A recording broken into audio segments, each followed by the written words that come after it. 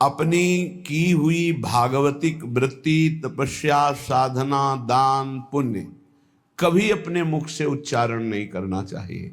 दूसरा प्रशंसा करे तो कानों में अंगुली दे देनी चाहिए, नहीं सुनना चाहिए, नहीं सुकृत नष्ट हो जाते हैं।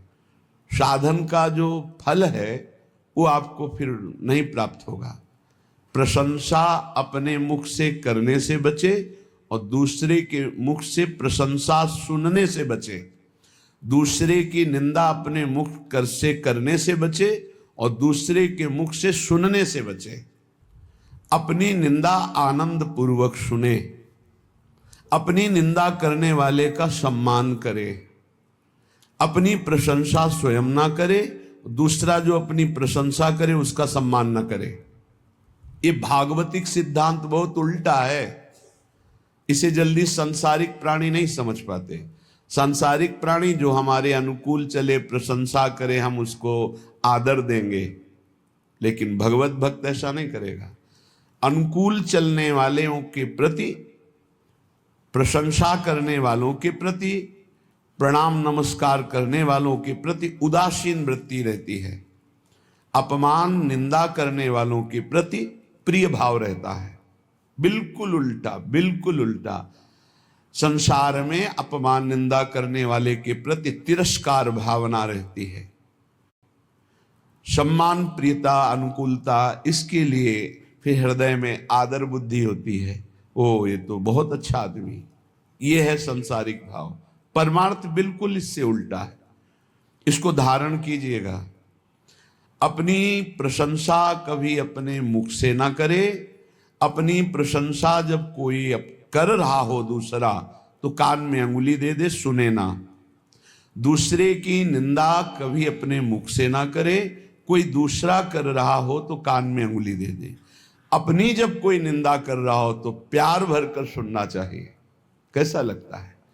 अपनी जब कोई निंदा कर रहा हो और हम प्रियता में भरकर सुने, भगवान की कितनी कृपा है, आज मुझे सहनशील बनाने के लिए कैसा सुंदर प्रयोग कर रहे हैं। हम मुस्कुराकर अपनी निंदा सुने, अपनी निंदा करने वाले का आदर करें, तब हमारे जो सुकृत होंगे वो प्रियालाल कृपा करके सार्थक कर देंगे। सुकृतों का सार्थक होना है प्रियालाल करुणा करके हमारे नेत्रों में झलकने लगे, हमारा मन उनकी स्मृति में, उनके नाम जप में निरंतर लग जाए। श्रीपाद कह रहे हैं, ये सदैव श्यामा श्याम वृंदावन में खेलते रहते हैं। जितने अविद्यामय धाम हैं, मायाकृत लोकों को अविद्यामय कहते हैं। एक विद्यामय है, कैलाश, साकेत, वैकुंठपुरी, द्वारिका, ये सब दिव्य विद्यामय है। कह रहे हैं विद्यामय और अविद्यामय, इन सब से परे ये महाप्रेममय श्री वृंदावन धाम है। इस सब धामों का मूल वृंदावन का जो प्रेम रस है, ये बिना श्री जी की कृपा से नहीं मिलता। आपका वृंदावन आना, वृंदावन दर्शन करना, वृंदावन वास करना, सत्संग मिलना, ये केवल श्री जी की कृपा से है। अब विश्वास करो, जब श्री जी ने इतनी कृपा कर दी है तो वो मिलने वाली पूरी वृत्ति बना दी, अब मिलना बाकी है, ये आपको संभालना है। सबकी कृपा आपके ऊपर है, अब आपको अपनी कृपा अपने ऊपर कर लेनी है। अपनी कृपा, गलत आचरणों वाले मन को धिक्कारना, सही संग, सही विचार, सही क्रिया, इसका आदर करना, जो शास्त्र प्रमाणित है, ये अपने ऊपर कृपा आप कर रहे हैं। भगवान नाम जप करना, भगवान लीला गुणानुवाद, भगवत भक्तों के चरित्र, भगवत भक्तों का संग, दूसरों की परोपकार भावना, परहित भावना, इसका आदर करो। दूसरों का अहित, प्रपंच वार्ता, काम चिंतन, काम क्रीड़ा, ये सर्वनाश करने वाली बात, इसका त्याग करो। ये होगा अपने ऊपर कृपा करना। गुरु की कृपा हो गई, शास्त्र की कृपा हो गई, श्री जी की कृपा, अब अपनी कृपा बकाया रह गई। आप जो प्रमाद स्थिति में समय काटते हैं, ये अपने ऊपर कृपा कर लीजिए। देखो, बिना आसनों का अभ्यास किए कोई ऊर्ध्वरेता ब्रह्मचारी नहीं हो सकता। यदि आप आसन में नहीं बैठते हैं कम से कम 2 घड़ी 48 मिनट, आप ब्रह्मचर्य रह ही नहीं सकते। कागज में लिख लीजिए चाहे दिमाग में लिख लीजिए, ये अनुभव गम में बातें कह रहे हैं। आप प्राणवायु का संशोधन नहीं करते हैं,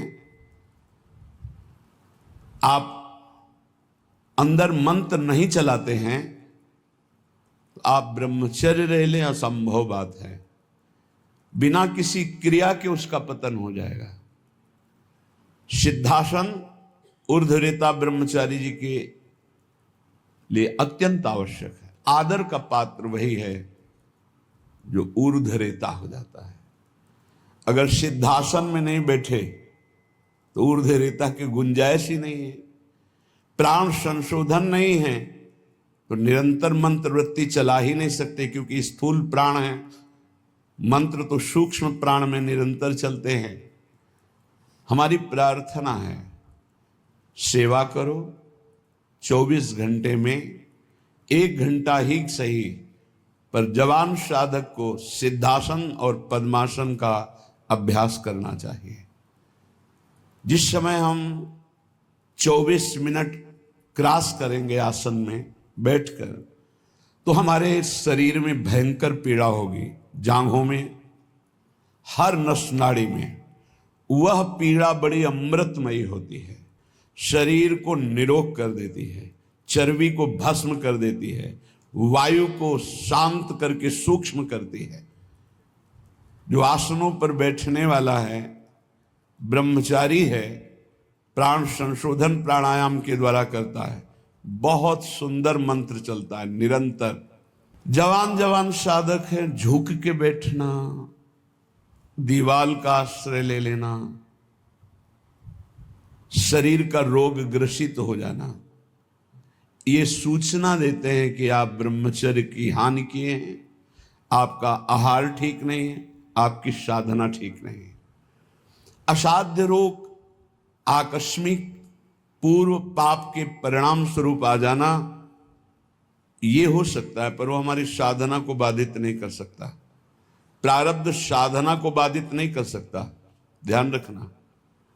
प्रारब्ध आया है, उसको भोगेंगे, साधना यथावत चलनी चाहिए, साधना में फर्क नहीं पड़ना चाहिए, तब भगवदानंद की प्राप्ति होती। इसीलिए कह रहे हैं हमारे ऊपर सब कृपा है, केवल अपनी कृपा करने की जरूरत है। आप लोग अपनी कृपा कीजिए। जैसे हम कहते हैं कि हमारे शरीर में ब्लड प्रेशर का रोग हो गया, हाई या लो, वो थोड़ी देर के लिए हमको शिथिल कर सकता है, लेकिन नहीं, वो हमारे साधन को नष्ट नहीं कर सकता, वो हमारे साधन को नहीं। हम सम में हैं, ब्लड प्रेशर हाई या लो, विषम में है, कोई फर्क नहीं पड़ता। और हम विषम चिंतन करते हैं तो ये सब सही भी हो तो ये गलत है। हमारा विचार, हमारी साधना प्रारब्ध नहीं बाधित कर सकता, ध्यान रखना। प्रारब्ध पाप कर्म का परिणाम है, और वर्तमान की हमारी साधना भागवतिक है। हमारी भागवतिक साधना को आच्छादित कर दे, इतनी बड़ी सामर्थ्य प्रारब्ध में नहीं है। प्रारब्ध बाधा खड़ी करता है, लेकिन हमारे भजन को नहीं रोक सकता, हमारी भागवतिक उन्नति को नहीं रोक सकता। लेकिन हम लोग इससे एक बेपरवाह से नजर आते हैं। धिक्कार है उस शिष्य को जब गुरु को आज्ञा देने में सोच करना पड़े, पता नहीं मानेगा कि नहीं मानेगा। इसीलिए परमार्थ की दिव्यता प्रकाशित नहीं हो रही। जीना, समय काटना, गुरु कृपा से कल्याण हो जाना, ये सब हो जाएगा, इस पे कोई चिंता की बात नहीं। लेकिन जीते दी अध्यात्म की भूमिकाओं पे विचरण करना, ये अपने ऊपर कृपा करना है। प्यारे, ये बहुत कीमती शरीर है, आपका कल्याण तो निश्चित है, लेकिन यदि आप यहां हजारों का कल्याण करके नहीं गए तो आपका साधु वेश धारण करना किस काम का? अपने कल्याण के लिए तो कोई खास बात नहीं।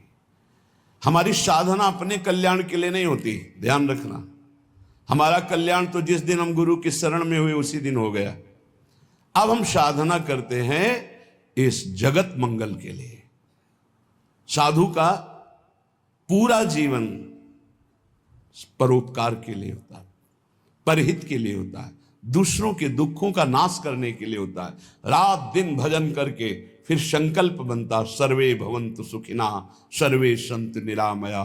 इसलिए पूरा जगत उसे नमस्कार करता है। आप सबसे प्रार्थना है इस नाशवान मलमूत्र बनाने वाले शरीर को प्रिय मानकर केवल खान पान विश्राम शयन इसी में काटते रहोगे, जीवन रंग नहीं लाएगा। रंग लाने के लिए गुरु आज्ञा की कसौटी में कसना होगा, तब आप प्रियालाल की सेवा के आभूषण बनेंगे, तब आप प्रियालाल के श्रृंगार सेवा में आएंगे। बिना कसौटी में कसे, बिना आग में तपे निर्विकार नहीं होता। एक बार हिम्मत करो, तुम शरीर नहीं हो, ये शरीर छूटेगा, तुम्हें दिव्यता प्राप्त करनी है।